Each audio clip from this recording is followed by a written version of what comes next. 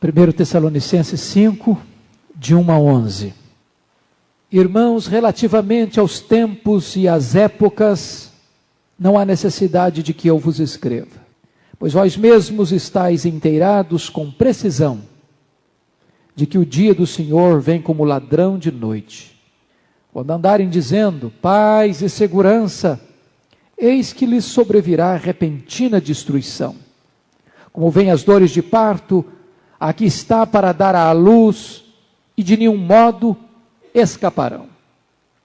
Mas vós, irmãos, não estáis em trevas, para que esse dia, como ladrão, vos apanhe de surpresa. Porquanto vós todos sois filhos da luz e filhos do dia. Nós não somos da noite, nem das trevas. Assim, pois, não durmamos como os demais. Pelo contrário, vigiemos e sejamos sóbrios. Ora, os que dormem, dormem de noite. E os que se embriagam, é de noite que se embriagam. Nós, porém, que somos do dia, sejamos sóbrios, revestindo-nos da couraça da fé e do amor, e tomando como capacete a esperança da salvação. Porque Deus não nos destinou para a ira, mas para alcançar a salvação mediante nosso Senhor Jesus Cristo, que morreu por nós, para que, quer vigiemos, quer durmamos, vivamos em união com Ele.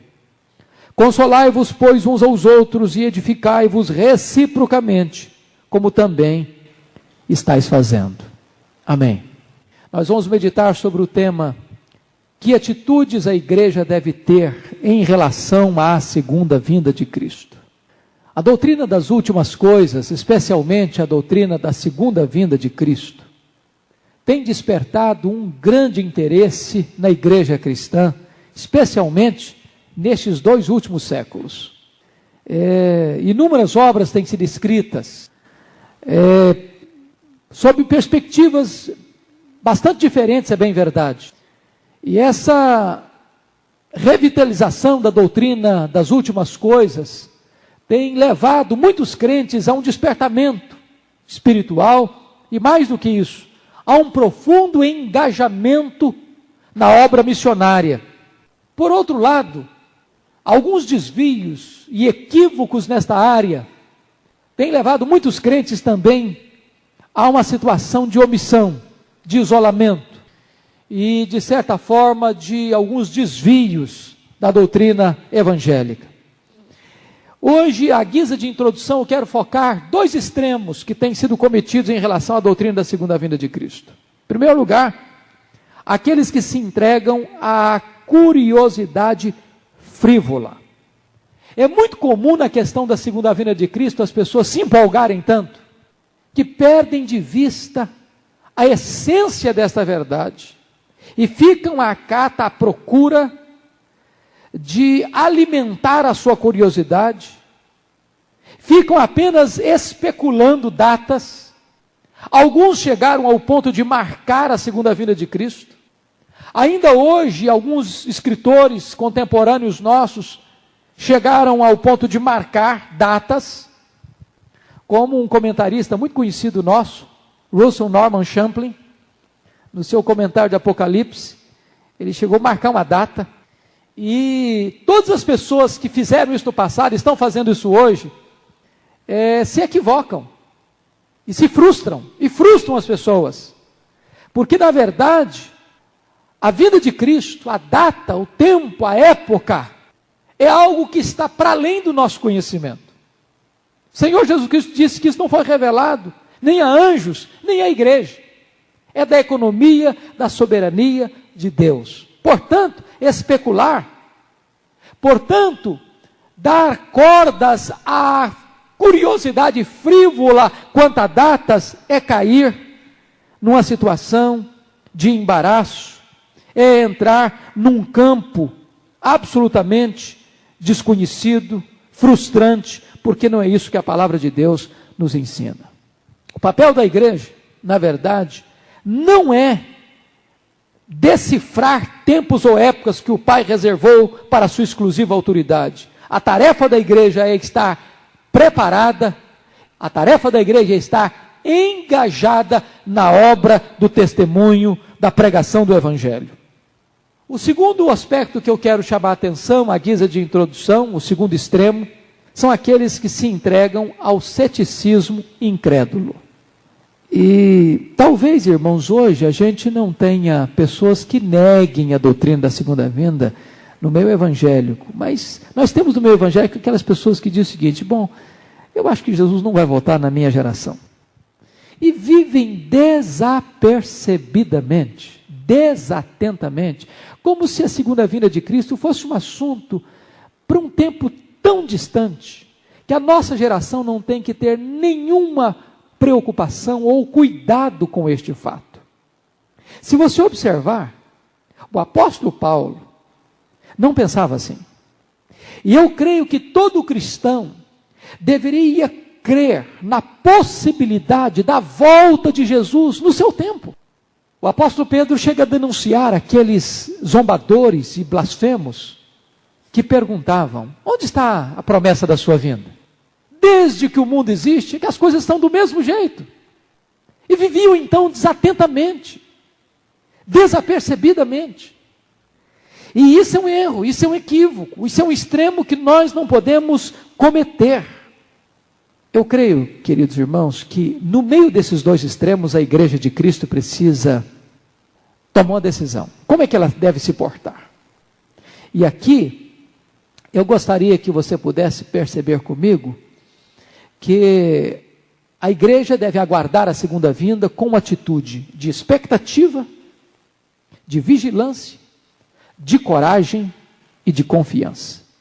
Então eu chamo a sua atenção para nós abrirmos agora o texto e vermos junto o que esse texto tem para nos ensinar nesta noite. Em primeiro lugar, a igreja deve aguardar a segunda vinda de Cristo com grande expectativa. Versos de 1 a 3. Você percebe que Paulo está escrevendo esta carta para atender a duas solicitações da igreja de Tessalônica. Paulo passou lá pelo menos 3 semanas ensinando, e certamente Paulo não teve tempo para examinar exaustivamente todos os assuntos. Então surgiram 2 perguntas na igreja. A primeira pergunta: aqueles irmãos nossos que morrem, eles estão em desvantagem aos que estiverem vivos? Há esperança para um crente que morre? Ele está em alguma desvantagem em relação a um crente que estiver vivo quando Jesus voltar? E Paulo escreveu então capítulo 4, versículos 13 a 18 para dizer: não, uma pessoa que morre não está em nenhuma desvantagem em relação aos que estiverem vivos. Porque quando uma pessoa morre, o seu espírito vai para Deus, e quando Jesus voltar, o corpo vai ressuscitar antes dos vivos serem transformados e arrebatados. A segunda pergunta que eles tinham para fazer era esta: se Jesus voltar, nós crentes corremos o risco de estarmos desprevenidos e despreparados? Como é que Jesus vai voltar? De que forma ele vai voltar? Como é que serão as características da sua vinda? E Paulo agora, nesse texto que estamos considerando nesta noite, vai dar esta segunda resposta à igreja. E aí, ele vai mostrar, primeiro ponto: a segunda vinda de Cristo virá em tempo desconhecido pela igreja. Quando ele diz assim: irmãos, relativamente aos tempos e às épocas, não há necessidade de que eu vos escreva. Por que ele está dizendo que não há necessidade de que ele escreva sobre esse assunto? Porque na verdade Paulo já estivera naquela igreja pregando sobre esse tema. O que Paulo está dizendo é o seguinte: eu não tenho mais nada a acrescentar do que aquilo que eu já falei para vocês, quando estive aí entre vocês. Se o desejo de vocês é conhecer em detalhes, se o desejo de vocês é mergulhar em determinados aspectos de data, eu não tenho mais nada a acrescentar. O que eu falei para vocês é tudo o que eu tenho para dizer para vocês. Penetrar além deste fato, de que Jesus vai voltar, de como ele vai voltar, laborar em campo que não nos compete. Isso é da economia, da soberania de Deus. O tempo e a época nós não podemos definir. Em outros termos, Paulo está dizendo o seguinte: eu não sou um estudioso que fica preso, obcecado com a questão de datas. Paulo não era um estudioso que vivia com a calculadora na mão, fazendo contas para marcar datas, nem com um mapa profético, fazendo conexões entre estes ou aqueles outros acontecimentos. Não. Ele já havia ensinado à igreja que a ninguém fora dado conhecer com precisão o tempo exato da segunda vinda de Cristo. Somente Deus sabe que dia será este. Agora, notem vocês, quando Paulo diz assim: irmãos, relativamente aos tempos e às épocas, não há necessidade que eu vos escreva. Essa palavra tempo e épocas vem de duas palavras gregas muito interessantes, cronos e kairos. O cronos é a medida do tempo cronológico, de onde vem a nossa palavra cronos, relógio, tempo. É a medida do tempo de segundos, minutos, horas, dias, semanas, meses, anos. Essa sucessão dos fatos e dos acontecimentos é cronos. O kairos já não é essa medida de tempo sequenciada. É um tempo oportuno. É um tempo de uma intervenção especial de Deus. Não acontece, via de regra, na sucessão cronológica dos acontecimentos. Mas numa ocasião oportuna, numa ocasião especial, Deus vem, Deus age, Deus intervém. Isso é o kairos de Deus, isso é o tempo especial de Deus. Foi essa pergunta que os discípulos fizeram para Jesus, depois da sua ressurreição. Vai ser nesse tempo que o Senhor vai restaurar o reino a Israel? E Jesus respondeu-lhes: não vos compete saber, nem cronos, nem kairos. Não vos compete saber tempos ou épocas que o Pai reservou para sua exclusiva autoridade, mas recebereis poder ao descer sobre vós o Espírito Santo, e sereis minhas testemunhas. Notem vocês, Jesus tira o foco da escatologia para martiria, para testemunho. O foco da igreja não é estar com um mapa na mão ou com uma calculadora na mão, tentando decifrar datas. O papel da igreja é, enquanto Jesus não vem, fazer a sua obra, testemunhar do seu nome, pregar o evangelho. A escatologia não nos foi dada para nos desviar da missão, mas para nos encorajar para a missão. Segundo lugar, a segunda vinda de Cristo será repentina. Olha o verso 2. Pois vós mesmos estáis inteirados com precisão de que o dia do Senhor vem como ladrão de noite. É importante entender isso aqui.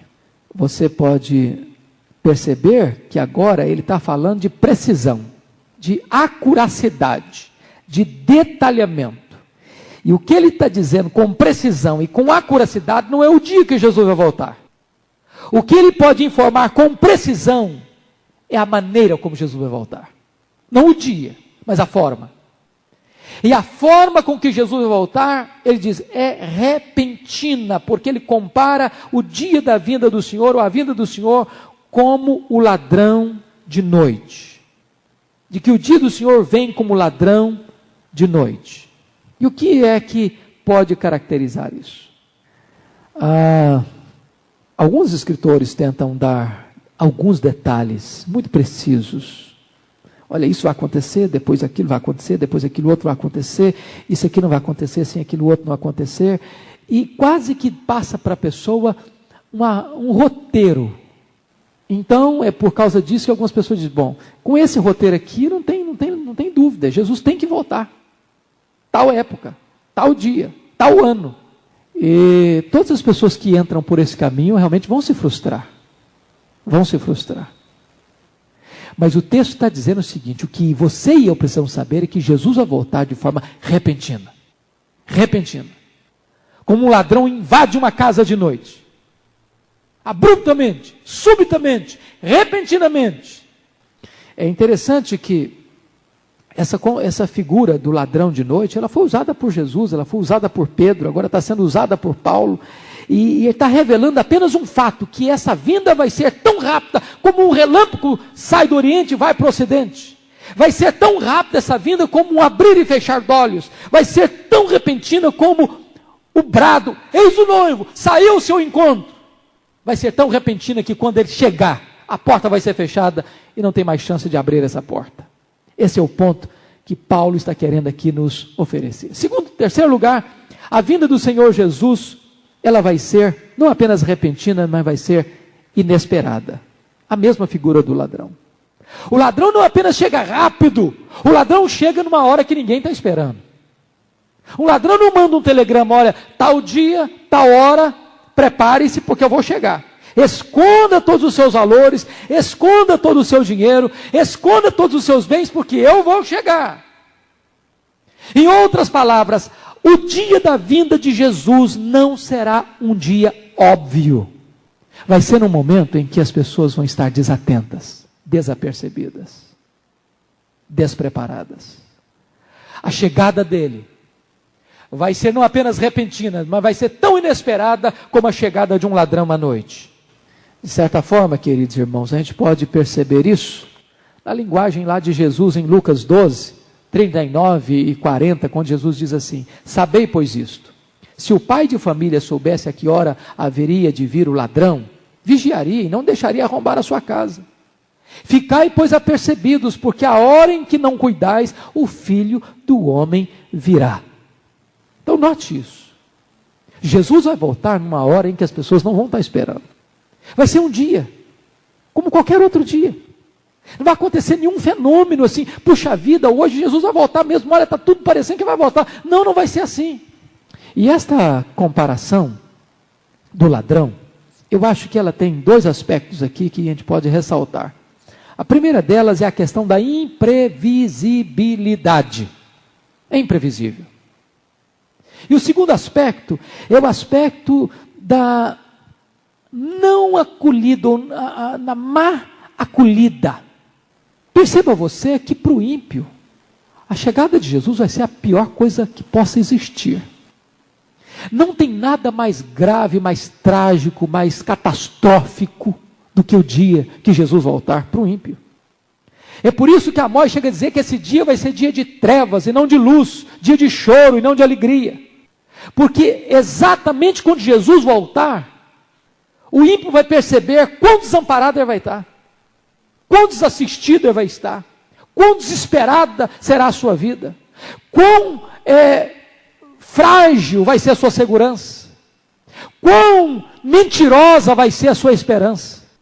Quando Jesus voltar, na linguagem de Apocalipse 6, uma linguagem muito gráfica, é como se as colunas do universo estivessem abaladas e o mundo, o teto do universo estivesse desabando. É como se fosse um colapso, um prédio começando a implodir, e o homem tentando fugir para qualquer lugar no universo, não encontrar sequer um espaço para se esconder. E na verdade do que ele está tendo medo, pavor, não é nem mesmo da morte, ele está procurando a morte. O que ele está com medo é de encarar Deus, é de enfrentar Deus, é de saber que ele está diante do Cordeiro na sua ira. Então, a segunda vinda de Cristo não será bem-vinda, como não é bem-vinda a chegada de um ladrão de noite. Agora notem vocês, irmãos, o mundo será pego de surpresa exatamente por recusar-se a ouvir a palavra de Deus. Quando lá em 2 Pedro 3, capítulo 4, diz os zombadores, onde está a promessa da sua vinda? Desde que o mundo é a mesma coisa. Não é verdade o que eles falaram? Não é verdade. Jesus disse que a segunda vinda será como no dilúvio. O que aconteceu no dilúvio? Noé pregou. Segundo os estudiosos, pregou 120 anos. Enquanto fazia aquela imensa arca. Quem podia acreditar no negócio daquele? Nem chuva tinha existido. Falar numa inundação cósmica. Falar numa inundação do planeta. Noé deve ter sido considerado louco. Desvairado. Mas diz a Bíblia que quando o dilúvio chegou, apenas 8 pessoas se salvaram. Jesus comparou a segunda vinda como a destruição de Sodoma e Gomorra. Ló exortou o povo de Sodoma, mas ninguém saiu, ninguém acreditou, ninguém deu ouvido ao que ele falou. Quando hoje você fala Jesus vai voltar, as pessoas escarnecem, as pessoas não acreditam. E eu posso lhes dizer que às vezes dentro da igreja, quando diz, Jesus vai voltar, fala, Jesus vai voltar, mas será? Vai voltar daqui a 1000 anos, daqui a 2000 anos, daqui a um tempo que nem eu... Quem espera a vinda de Jesus para nossa geração. Você aguarda Jesus chegar? Você tem expectativa que Ele volte? Você acorda de manhã e diz, pode ser hoje? Você tem essa expectativa? Note você que o apóstolo Paulo nutria essa esperança. É por isso que ele escrevendo lá em capítulo 4, diz que os mortos em Cristo ressuscitarão primeiro. Depois nós, os vivos, os que ficarmos, ele se inclui entre os vivos. Ele tem esperança de que ele vai estar vivo. Você tem essa esperança? Então, note você que as pessoas não dão crédito, não deram crédito, não darão crédito. E aí entra um outro aspecto fortíssimo. Porque o texto diz que Jesus disse que na sua segunda vinda o mundo vai estar desatento, como nos dias do dilúvio. Diz o texto que casavam-se, davam-se em casamento, comiam, bebiam e festejavam. E eu pergunto para você, que mal há em casar e darem-se em casamento? Que mal há em você comer e você beber? Que mal há em você festejar? Não há mal nenhum. Mas quando o homem faz essas coisas que em si mesmas são boas, mas ele está tão envolvido nas suas coisas, nas suas atividades, nas suas ações, nos seus planos, nos seus projetos, nos seus sonhos, que não tem tempo para Deus, não considera Deus, estas coisas que são boas em si, tornaram-se para ele uma maldição. Notem vocês, irmãos, o que muitas vezes afasta uma pessoa de Deus, não são as coisas más em si, são as coisas boas. John Piper disse que muitas vezes o que nos afasta dos manjares de Deus não são os venenos, são as tortas de maçãs. Porque quando uma dádiva de Deus leva você a não parar e refletir em Deus, e a ter tempo para Deus, e você se deleita tanto na dádiva que não tem mais tempo para Deus, então aquela dádiva se tornou um laço para a sua alma. Este vai ser o assunto lá na vinda de Jesus. As pessoas vão estar casando, dando em casamento, comprando, vendendo, negociando, fazendo, acontecendo, estudando, lutando aqui, lutando ali, correndo para aqui, correndo para lá. E isso são coisas boas em si mesmas, mas o grande problema é que essas coisas boas em si mesmas está drenando toda a atenção das pessoas ao ponto de elas não pararem para pensar e se preparar para a vinda do Senhor Jesus. Quarto lugar. A segunda vinda de Cristo virá num tempo de aparente paz e segurança no mundo. Olha o versículo 3. Quando andarem dizendo paz e segurança, eis que lhes sobrevirá repentina destruição. Se você notar, essa frase paz e segurança é muito usada no Velho Testamento para denunciar a falsa pregação dos falsos profetas. Você se lembra disso? O povo estava vivendo em decadência, em desobediência, em rebelião, e a nação estava indo à bancarrota moral, à falência espiritual, e os profetas de Deus levantavam para denunciar o pecado, para chamar a nação ao arrependimento, aí levantavam os falsos profetas e diziam, não, o que é isso? Não tem problema nenhum, não tem risco nenhum, está tudo bem, vamos ficar tranquilos, paz e segurança, está tudo ok, está tudo bem, não tem problema nenhum. E empregavam uma mensagem falsa e mentirosa para o povo. Daqui a pouco vinha a catástrofe, vinha a escravidão, vinha a tragédia. Quando o texto está dizendo agora no Novo Testamento, está falando exatamente daquela ideia de que nada vai acontecer. O mundo sempre foi o mesmo. Nunca mudou, não vai mudar. Jesus não vai voltar coisa nenhuma. Essa promessa é tão distante, tão remota, que nós não temos que estar preocupados com isso. A ideia aqui que o texto está querendo mostrar para nós é o seguinte, irmãos: os incrédulos do mundo são como bêbados, vivendo em um paraíso falso, desfrutando de uma segurança falsa. Quando andarem dizendo paz e segurança, ou seja, obviamente esse dia não é aquele dia assim, líquido e certo. As pessoas não vão estar esperando. Vai ser um tempo em que as nações vão estar assim, erguendo monumentos à sua segurança e à sua paz, onde talvez os órgãos internacionais estarão costurando os grandes acordos de paz, onde talvez o mundo possa estar sentindo-se absolutamente seguro, e os homens que governam, pensando que os destinos do mundo e das nações estarão nas suas próprias mãos. É nesse tempo, é desse jeito, que eles estarão se sentindo na fortaleza da paz interna e da segurança externa, então lhes sobrevirá repentina destruição. Volto a afirmar o texto de Lucas 17, 26 a 30. Comiam, bebiam, casavam e davam-se em casamento. Isso lá no dilúvio. Lá em Sodoma, comiam, bebiam, compravam, vendiam, plantavam e edificavam. Eu pergunto a você, não são essas atividades da sociedade hoje? Não é isso que as pessoas estão fazendo hoje? É isso que elas continuarão fazendo até Jesus voltar. O grande aspecto é que elas estão tão envolvidas com estas coisas boas, que elas estarão pensando assim, estamos seguros, estamos em paz. E quando elas estiverem confiantes nessa segurança e nessa paz, virá repentina destruição. Porque a segunda vinda de Cristo para os ímpios é destruição repentina. Vamos ver em quinto lugar. A segunda vinda de Cristo em quinto lugar será inescapável. Olha a outra figura do verso 3. Como vêm as dores de parto a que está para dar à luz, e de nenhum modo escaparão. É impressionante esta figura, né? Hoje a gente tem alguns recursos, né? A mulher pode dar à luz sem muita dor, ou quase sem dor. Hoje tem a questão da cesariana, que pode a mulher estar anestesiada. Mas fora isso, naquela época, uma mulher grávida não tinha a mínima chance de não sofrer a dor do parto. É um fato inescapável. A razão da dor está dentro do ventre dela. Não há como este filho sair sem o processo da dor. Paulo está usando uma figura óbvia do aspecto inescapável da realidade do julgamento ímpio. Assim como uma mulher não pode dar à luz sem enfrentar a dor do parto, assim também vai ser inescapável o sofrimento do ímpio no juízo, no julgamento, na segunda vinda de Cristo.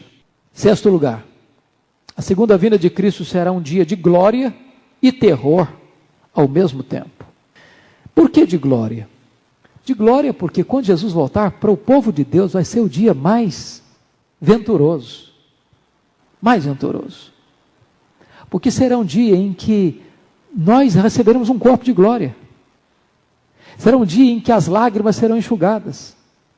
Será o dia em que você vai poder ouvir: vinde, bendito de meu Pai, entre na posse do reino. Vai ser um dia em que você vai poder receber a posse definitiva da sua herança. Mesmo que aqueles que tenham já morrido há muito tempo e só o seu espírito esteja na glória, quando Jesus voltar, é que dar-se-á a glorificação de forma plena, porque só então se receberá um corpo de glória para se unir a esse espírito que já está na glória. Então vai ser um dia de fulgor, de vitória, de bênção incomparável. Porém, esse dia também será o dia mais terrível. Lá em Isaías 13, 6 a 8 está escrito assim, preste atenção. Uivai, pois está perto o dia do Senhor. Vem o Todo-Poderoso como assolação. Pelo que todos os braços se tornarão frouxos e o coração de todos os homens se derreterá. Assombrar-se-ão e apoderar-se-ão deles dores e ais, e terão contorções como a mulher parturiente. Olharão atônitos uns para os outros, o seu rosto se tornará rosto flamejante. Este vai ser o estado das pessoas quando Jesus voltar. Porque vai ser o dia do julgamento, o dia do juízo. O dia em que os homens serão banidos para sempre da face de Deus. Aqueles que se recusaram a crer no Filho de Deus. Um judeu acreditava que o mundo está dividido em duas eras. A era presente, que é uma era má e perversa. E a era futura, que é a era de glória e de luz. Entre essas duas eras existe o dia do Senhor. O dia do Senhor aí, onde virá a repentina destruição, é o dia do julgamento. É o dia do juízo. É o dia do acerto de contas. É o dia em que os livros serão abertos. É o dia em que as máscaras cairão. É o dia em que as contas serão acertadas. É o dia em que ninguém poderá escapar da ira do Cordeiro. Vamos olhar então agora o segundo ponto dessa mensagem. a igreja deve aguardar a segunda vinda de Cristo com profunda vigilância. Note você aí o contraste, o versículo 4. Mas vós, irmãos, não estáis em trevas. Note você o adversativa mais. Esse mais aí é uma adversativa que está colocando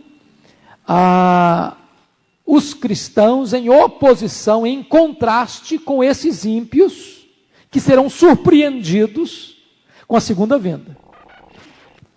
Vamos então a esse contraste. Você perceber, tem 4 grandes contrastes aqui nesse texto. Primeiro, conhecimento e ignorância. Ao mesmo tempo que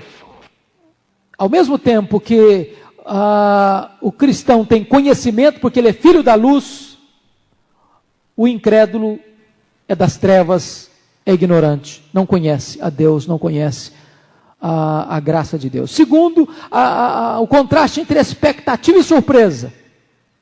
A segunda vinda vai ser surpresa para o ímpio, mas vai ser esperada pelo salvo. Terceiro, sobriedade e embriaguez. Ao mesmo tempo que o salvo tem sobriedade, o ímpio é comparado com uma pessoa bêbada. E o último contraste, salvação para aquele que crê e julgamento para aquele que se mantém rebelde. Eu quero destacar 2 verdades aqui muito importantes. Primeiro, a vigilância é resultado de uma transformação espiritual. Versículos 4 e 5. Mas vós, irmãos, não estáis em trevas para que esse dia, como ladrão, nos apanhe de surpresa. Porque vós todos sois filhos da luz e filhos do dia. Nós não somos da noite, nem das trevas.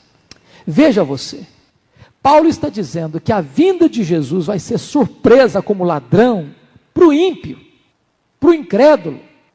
Nós não seremos apanhados no sentido surpresa, no sentido de que nós somos filhos da luz, nós temos a mesma natureza do nosso Pai, que é luz, nós somos luz do mundo, nós somos filhos da luz, nós estamos na luz, e nós olhamos para a segunda vinda de Cristo, não como algo que nos surpreenderá. Por quê?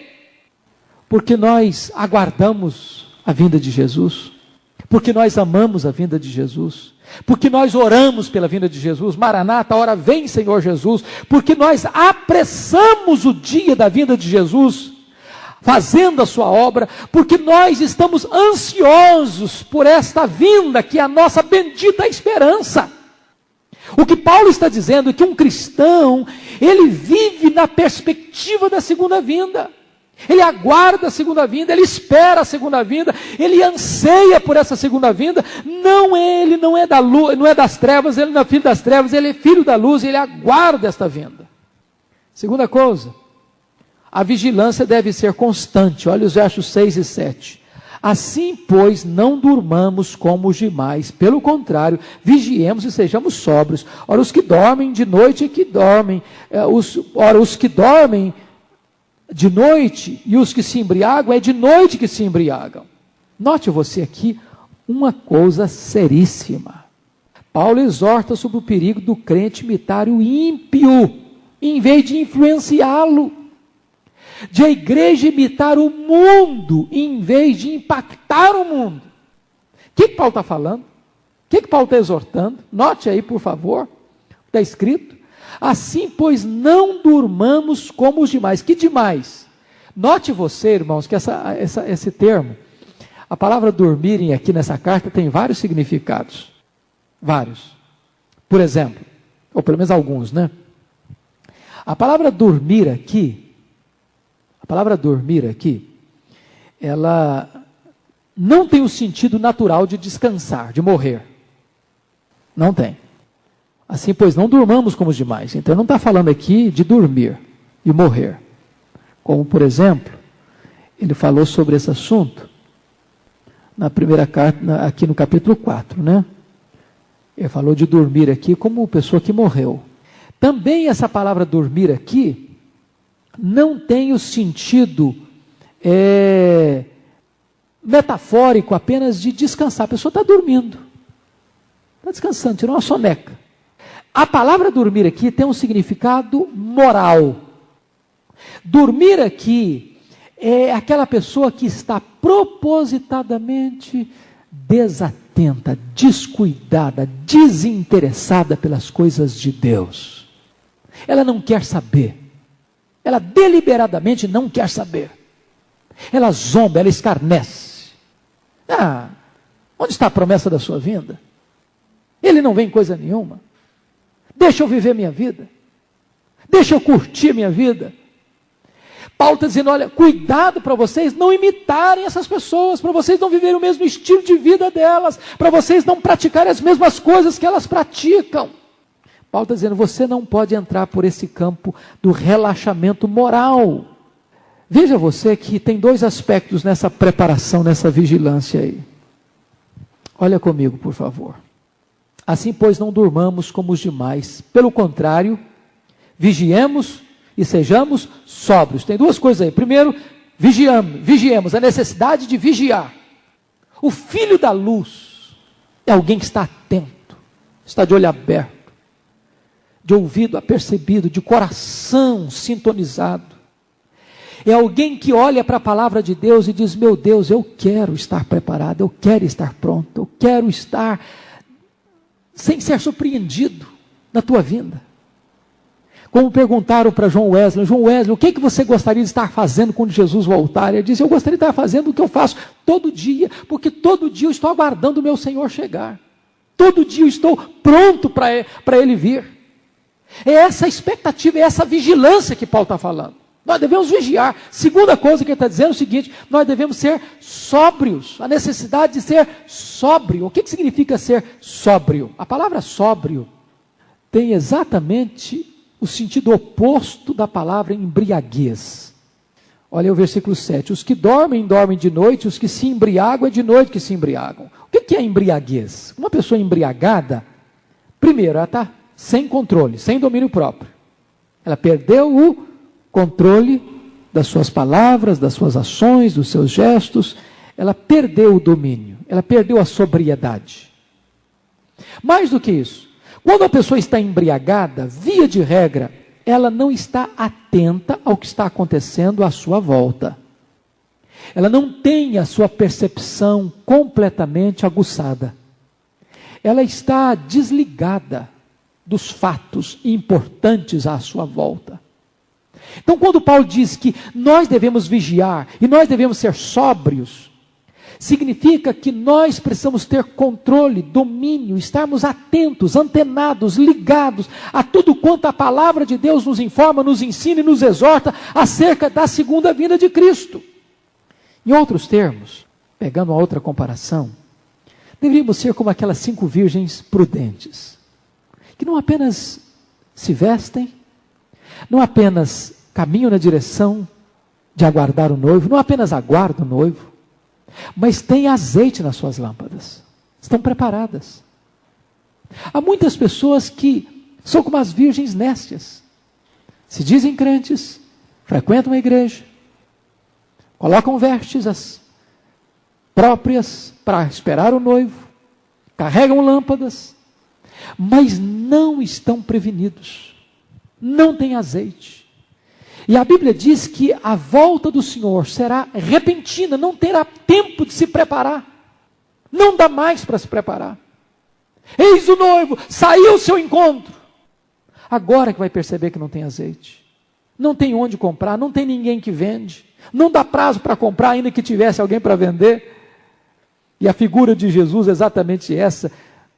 A questão da preparação, não dá para ninguém comprar preparação espiritual. Ninguém vende preparação espiritual. Não existe na prateleira e não existe dinheiro que compre. É algo pessoal, é algo individual. A mãe não pode preparar para a filha, o pai não pode preparar para o filho, o marido não pode preparar para a esposa não pode preparar para o marido. Cada um vai ter que comparecer diante de Deus.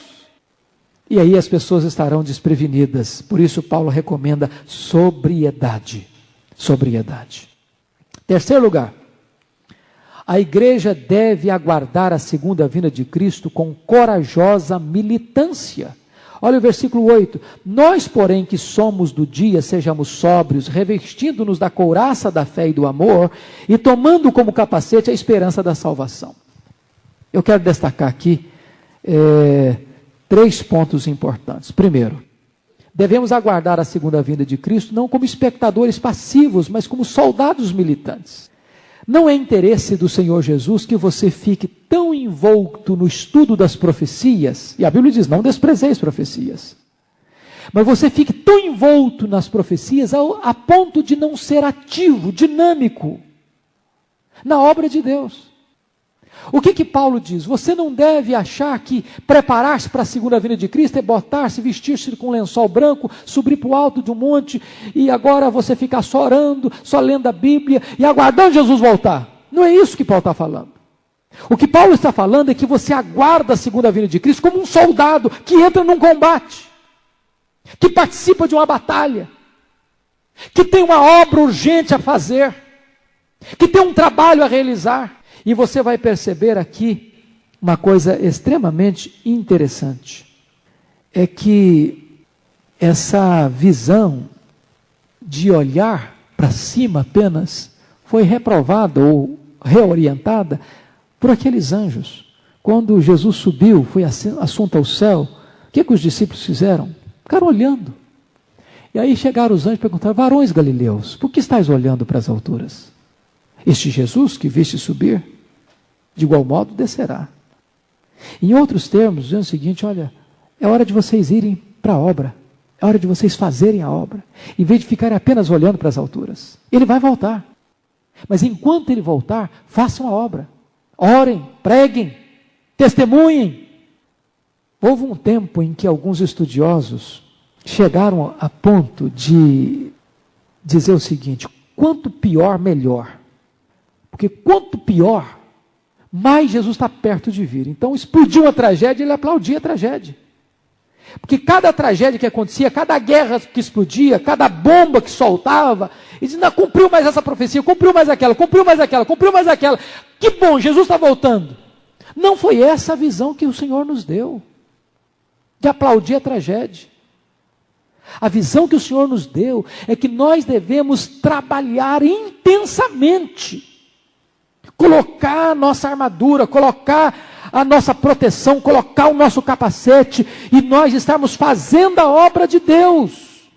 A posição cristã é de enfrentamento e não de fuga. Segundo lugar, nós devemos aguardar a segunda vinda de Cristo, protegendo nossos corações e mentes em Cristo. Olha você aí, que ele fala da couraça da fé e do capacete da esperança. A couraça protegia o coração e o capacete protegia a cabeça. Dois órgãos vitais que revelam que você tem que proteger a sua mente, proteger o seu coração, proteger a sua razão e proteger o seu sentimento, proteger a sua mente, proteger os seus sentimentos. Se a sua cabeça e o seu coração estiverem corretos, então a sua vida estará direita. Note você que coisa fantástica. Nós, na verdade, precisamos proteger nossos pensamentos e nossos sentimentos. Nossa cabeça e nosso coração. O nosso conhecimento e o nosso sentir. Mais do que isso, terceiro lugar, olha comigo aí, que nós devemos aguardar a segunda vinda de Cristo, revestindo-nos das três virtudes cardeais do cristianismo. Note você no verso 8, que a couraça da fé e do amor, e o capacete da esperança da salvação. Fé, amor e esperança, conforme o capítulo 1, versículo 3, são as três grandes virtudes que marcam a maturidade de um crente. Você quer saber se um crente é maduro? Saiba se ele tem uma fé sólida em Cristo, se ele tem um amor profundo por Deus e pelos irmãos, e se ele tem uma viva esperança da glória. São as marcas da maturidade.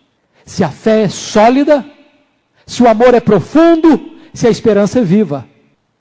É isso que ele está dizendo. Quando você tem uma fé sólida no Senhor, quando você tem um amor entranhado por Deus e pelos seus irmãos, o seu coração é protegido dos dardos do maligno. Quando você tem uma esperança viva da salvação, a sua mente é guardada. As intempéries podem vir, mas a sua mente não é afetada. Último lugar, irmãos, último ponto. A igreja deve aguardar a segunda vinda de Cristo com sólida confiança. Versículos 9 e 10. Porque Deus não nos destinou para a ira, mas para alcançar a salvação mediante o nosso Senhor Jesus Cristo, que morreu por nós, para que, quer vigiemos, quer durmamos, vivamos em união com Ele. Tem 3 coisas aqui que eu quero destacar sobre a questão da confiança na salvação divina. Primeiramente, a eleição divina. A eleição. Porque Deus não nos destinou para a ira, mas Deus nos destinou para alcançar a salvação. Que coisa maravilhosa. Paulo está conectando aqui que a esperança da glória, a certeza da glória, tem muito a ver com o fato de Deus já ter nos destinado, não para a ira, mas para a salvação. De tal maneira que a salvação tem um aspecto negativo e um aspecto positivo. O negativo é que Deus não nos destinou para a ira. O aspecto positivo é que Deus nos destinou para a salvação. Deus não nos destinou para a perdição. Deus nos destinou para a redenção, para a salvação. Segundo, ele fala aí da redenção na cruz. Olha, por favor. Porque Deus não nos predestinou para a ira, mas para alcançar a salvação mediante nosso Senhor Jesus Cristo, que morreu por nós. Que morreu por nós. Veja você que a razão por que os crentes podem aguardar a salvação e não a ira, acha-se na pessoa de Jesus Cristo. Ele morreu por nós. De tal maneira que não tem teologia da glória sem primeiro ter teologia da cruz. Só podemos falar em glória, porque antes nós pudemos falar de cruz. Só existe céu, porque Jesus Cristo desceu às profundezas do inferno, diz a Bíblia. Ele desceu. E o credo apostólico vai informar isso, que ele desceu ao Hades. E os teólogos reformados entendem que descer ao Hades, descer ao inferno, era exatamente toda a intensidade do sofrimento que ele enfrentou na cruz do Calvário. Ali ele foi feito maldição, ali foi feito pecado. Ali o inferno inteiro vomitou sobre ele a sua fúria, seu veneno. Naquele momento pense você, o Deus que é santo, santo, santo, aquele que nunca contemplou o mal, aquele que não teve dolo em sua boca, aquele que nunca pôs as suas mãos na iniquidade, aquele que nunca andou por veredas sinuosas, aquele que foi e sempre é e há de ser o sumo bem, puro e perfeito. A Bíblia diz que Deus lançou sobre ele a iniquidade de todos nós. Ele foi ferido, ele foi traspassado, ele foi moído, ele foi ultrajado, ele foi cuspido, ele foi zombado, ao ponto da Bíblia dizer que ele foi feito pecado por nós, foi feito maldição por nós. Aquele que não conheceu o pecado, Deus o fez pecado. É nesse momento de agrura, de treva, ao ponto do sol apagar a sua luz e de Deus esconder a sua face e ele gritar desamparado: Deus meu, por que me desamparaste? E Deus o desamparou, porque se Deus não o desamparasse, Deus desampararia a nós. O nosso desamparo estava sobre ele, a nossa condenação estava nele, a ira que devia cair sobre nós caiu sobre ele. E Paulo está revelando essa gloriosa verdade para nós, irmãos. Nós só temos esperança da glória porque Jesus Cristo bebeu o cálice amargo da ira.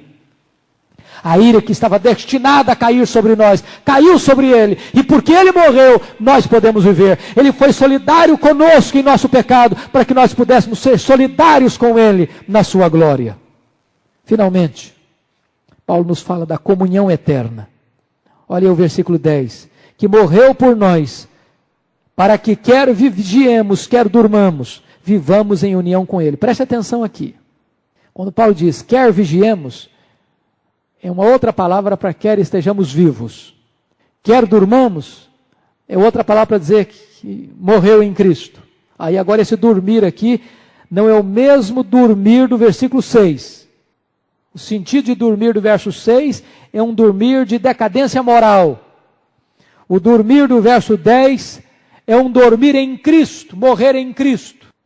Então Paulo diz o seguinte, que ele morreu para que quer você esteja vivo e vigiando até ele voltar, ou quero você morra antes dele voltar, você esteja com ele, em união com ele. Ou seja, a nossa união com Cristo não será prejudicada de maneira nenhuma se nós morrermos antes dele voltar. Ou se nós estivermos vivos até ele voltar. De qualquer maneira, de qualquer forma, nós estaremos em união com ele para sempre, para sempre. Porque diz a Bíblia que nós já estamos nele. Já morremos com ele, já ressuscitamos com ele, já estamos assentados nas regiões celestiais com ele.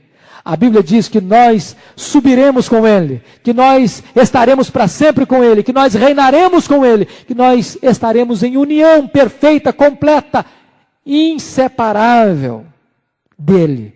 Nada, nem neste mundo, nem no porvir, pode nos separar dele. E a conclusão é o versículo 11. Conclusão prática. Consolai-vos, pois, uns aos outros, e edificai-vos reciprocamente, como também estáis fazendo. Olha aí o capítulo 4, versículo 18, que foi esta mesma conclusão que ele teve quando falou do primeiro assunto. Como é que fica a situação dos que morrem? Ele termina dizendo, consolai-vos, pois, uns aos outros com essas palavras. Quando ele está tratando da maneira de Jesus voltar, ele termina do mesmo jeito. Consolai-vos, pois, uns aos outros e edificai-vos reciprocamente, como também estáis fazendo. O que Paulo está dizendo é que até Jesus voltar nós temos um grande trabalho. E parte do nosso trabalho é encorajar e é consolar, é edificar uns aos outros. O cristão não é edificado apenas por si mesmo. O cristão é edificado pelo irmão, pela irmã, por quem está perto dele. Então note você, que coisa linda, você pode ser uma bênção na vida do seu irmão. Você é um edificador, você é um consolador. E é muito importante você parar e perguntar, meu Deus, eu tenho cumprido esse papel? As pessoas que convivem comigo, as pessoas que estão perto de mim, são consoladas? São edificadas? São encorajadas? São fortalecidas? Pergunte para o seu coração. As pessoas se tornam mais animadas com a vida, mais crentes, mais piedosas, mais zelosas, pelo fato de conversarem com você, se relacionarem com você, estarem perto de você. Este é o propósito, este é o projeto de Deus. Note que em momento algum Paulo está nos encorajando a nos determos em detalhes de datas, de curiosidades, de especulações, mas ele sempre nos exorta, faça o trabalho.